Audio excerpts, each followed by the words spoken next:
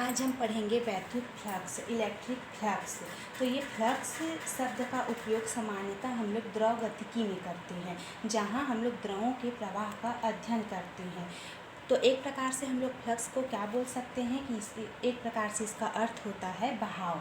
तो उदाहरण के लिए यदि हम लोग क्या करते हैं, जल प्रवाह के मार्ग में एक रिंग को उसके क्या करते हैं, अभिलंबवत रख देते हैं, तो उससे होकर अधिक जल प्रवाहित होगा। किंतु अगर हम लोग क्या करें, रिंग को थोड़ा सा झुका कर रखें तो क्या होता है, कम जल प्रवाहित होता है। तो इस प्रकार यदि किसी विद्युत क्षेत्र में एक पृष्ठ को उसके अभिलंबवत रखें तो उससे गुजरने वाली क्षेत्र रेखाओं की संख्या क्या होती है, अधिकतम होती है।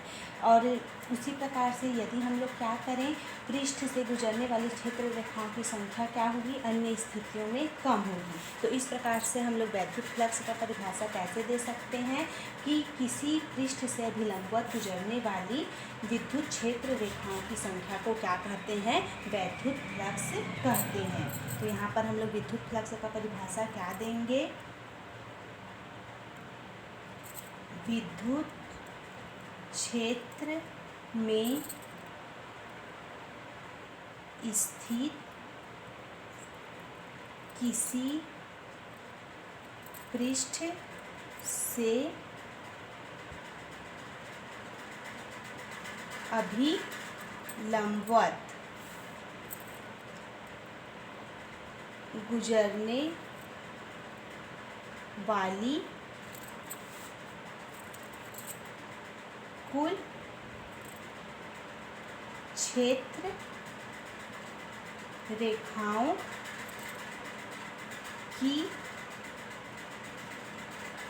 संख्या को वैद्युत फ्लक्स कहते हैं। ठीक, उसके बाद वैद्युत फ्लक्स को किससे प्रदर्शित किया जाता है, तो फाई ई से। इसे फाई ई से प्रदर्शित किया जाता है। ठीक, जैसे मान लेते हैं कि यहाँ पर क्या है, एक विद्युत क्षेत्र है। ये क्या है, बहुत सारा विद्युत क्षेत्र है। विद्युत क्षेत्र को किससे प्रदर्शित करते हैं, कैपिटल ई से। अब यहाँ पर क्या हो रहा है, इसके लंबवत रखे किसी पृष्ठ का क्षेत्रफल मान लेते हैं डेल एस है। हम लोग यहाँ पर क्या करते हैं, एक पृष्ठ मान लेते हैं और इस पृष्ठ का क्षेत्रफल हम लोग क्या मान लेते हैं, डेल एस है। तो उस पृष्ठ से गुजरने वाला संपूर्ण विद्युत फ्लक्स क्या होगा, विद्युत फ्लक्स को क्या करते हैं हम लोग, फाई ई से प्रदर्शित करते हैं। किंतु संपूर्ण विद्युत फ्लक्स है तो किससे प्रदर्शित करेंगे, डेल फाई ई से। तो ये किसके बराबर होगा, विद्युत क्षेत्र और पृष्ठ के क्षेत्रफल के गुणनफल के क्या होगा, बराबर होता है। ठीक, तो डेल फाई ई बराबर क्या होता है, ई डेल एस। अब इसके बाद हम लोग मान लेते हैं कि ये जो हमारा विद्युत क्षेत्र ई है, ये क्या करता है, पृष्ठ के क्षेत्रफल के साथ क्या करता है, यदि थीटा कोण बनाता है।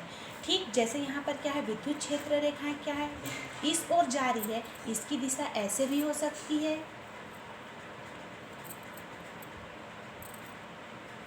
ठीक, और यहाँ पर क्या है, ये डेल एस।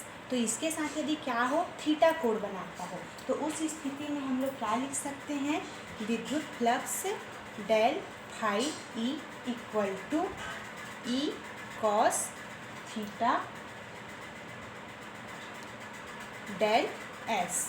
या फिर इसको जमा के हम लोग कैसे लिख सकते हैं, del phi E equal to E del S cos theta. ठीक, तो ये स्केलर फॉर्म में है, इसको हम लोग क्या करेंगे, कॉस थीटा को हटाकर वेक्टर फॉर्म में ले आएंगे।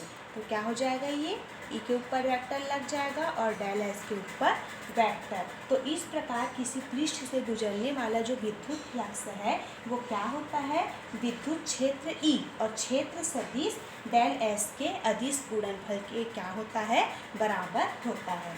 ठीक, यहाँ पर से विद्युत फ्लक्स का एक और परिभाषा भी बन जाएगा। अब यदि हम लोग क्या निकालें, इसका मात्रक निकालें, तो विद्युत फ्लक्स का मात्रक कैसे निकालेंगे, ई इंटू डेल एस। ई क्या है, विद्युत क्षेत्र, तो विद्युत क्षेत्र का मात्रक क्या होता है, न्यूटन प्रति कूलाम। ठीक, और यहाँ पर क्या है, डेल एस। डेल एस मतलब क्षेत्रफल, तो क्षेत्रफल का क्या होता है, मीटर स्क्वायर। तो यहाँ पर से हमारा क्या बोलते हैं, विद्युत फ्लक्स का क्या निकलेगा, मात्रक न्यूटन मीटर स्क्वायर प्रति कूलाम। क्या लिख सकते हैं इसको हम लोग, न्यूटन मीटर स्क्वायर प्रति कूलाम। ठीक, अब इसके बाद हम लोग इसका क्या निकालेंगे, विमी सूत्र। तो विमी सूत्र निकालेंगे, तो ई का विमी सूत्र क्या होता है, विद्युत क्षेत्र का पहले हम लोग देख चुके हैं, यहाँ पर डायरेक्ट यूज करेंगे।